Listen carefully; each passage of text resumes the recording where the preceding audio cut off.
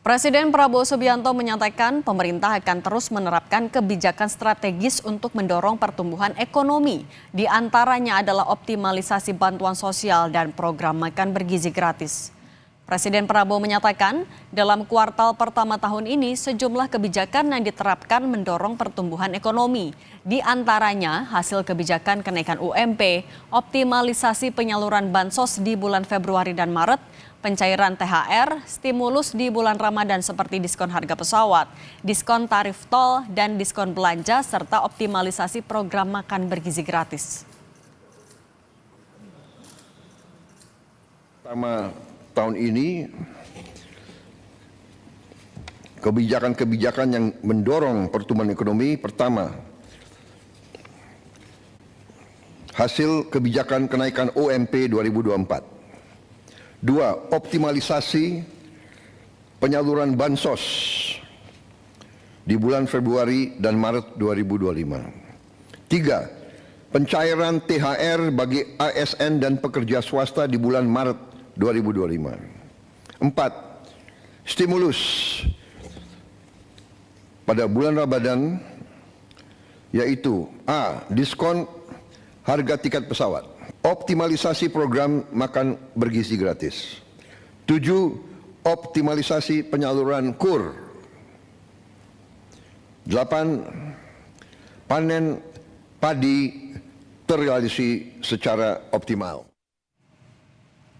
Dalam pemaparannya soal kebijakan untuk mendorong pertumbuhan ekonomi di awal tahun, Presiden Prabowo juga menegaskan Indonesia akan memiliki bank emas pertama.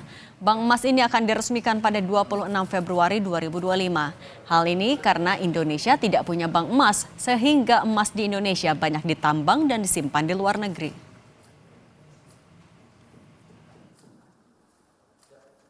Kita akan bentuk bank emas. Jadi selama ini kita tidak punya bank untuk emas kita. Tidak ada di Indonesia. Jadi emas kita banyak ditambang dan mengalir ke luar negeri. Kita ingin sekarang punya bank khusus untuk emas di Indonesia. Insya Allah kita akan resmikan tanggal 26 Februari. Ini saya kira pertama kali ya di Republik kita. Lebih lengkap kita tanyakan jurnalis Kompas TV Alfania Rizky dan juru kamera Feriska Emmanuel. Alfa, jadi bagaimana penerapan kebijakan Presiden Prabowo untuk mendorong pertumbuhan ekonomi di awal tahun? Cindy dan juga saudara, kalau bicara soal bagaimana penerapannya, sebenarnya realisasinya ini baru kita bisa lihat ketika Badan Pusat Statistik merilis hasil realisasi kinerja pemerintah atau tepatnya pertumbuhan ekonomi biasanya di bulan Mei kuartal 1 di tiap tahunnya tahun ini berarti Mei tahun 2025. Tapi kalau melihat keseriusan pemerintah atau Presiden Prabowo Subianto khususnya dalam mendorong pertumbuhan ekonomi di kuartal 1, ia menyebutkan memang ada 8 kebijakan pemerintah yang difokuskan untuk bisa mendorong pertumbuhan ekonomi. Nah, 2 di antaranya ini yang paling sering dibahas oleh publik atau juga meminta pertanggungjawaban publik, yaitu 1, perlindungan sosial, yang kedua, makan bergizi gratis. Nah, yang soal perlindungan sosial atau bantuan sosial, keseriusan pemerintah ini terlihat dari bagaimana pagu anggaran perlindungan sosial yang meningkat setiap tahunnya. Di tahun 2025 misalkan, di anggaran pendapatan dan belanja negara tahun 2025, pemerintah memagukan anggaran perlindungan sosial sebesar 503,2 triliun. Angka ini meningkat dibandingkan tahun lalu yang hanya di angka 496,8 triliun rupiah. Kemudian soal makan bergizi gratis, pemerintah juga menyebutkan bahwa sebenarnya angka anggaran untuk MBG ini di tahun 2025 hanya 71 triliun. Tapi kemarin Bendahara Negara, Menteri Keuangan Sri Mulyani menyebutkan bahwa ada anggaran tambahan untuk MBG sebesar 100 triliun rupiah. Artinya total 171 triliun rupiah.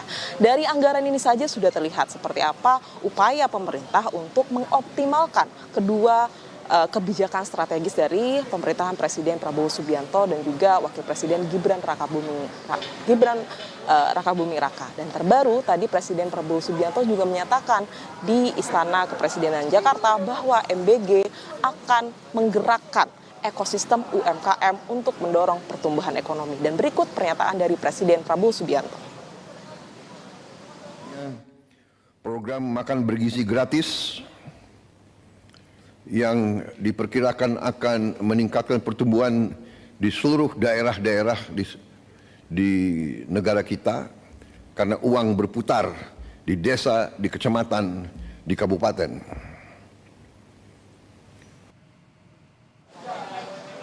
Sini dan juga saudara, walaupun anggarannya besar, walaupun Presiden tadi menyebutkan bahwa 170 triliun akan menggerakkan perekonomian UMKM, kemudian perlindungan sosial mencapai 503,2 triliun untuk memberikan bantuan sosial kepada rakyat Indonesia. Tapi lagi-lagi, kalau tidak tepat sasaran, ini akan menjadi polemik juga. Dewan Ekonomi Nasional Luhut menyebutkan bahwa dari 503,2 triliun anggaran Perlinsos, separuhnya saja yang sampai ke masyarakat atau pemanfaat atau penerima manfaat. Artinya, pemerintah harus segera mengevaluasi apakah kebijakan-kebijakan strategis ini tepat sasaran untuk masyarakat sehingga pertumbuhan ekonomi yang diharapkan oleh pemerintah ini bisa terwujud.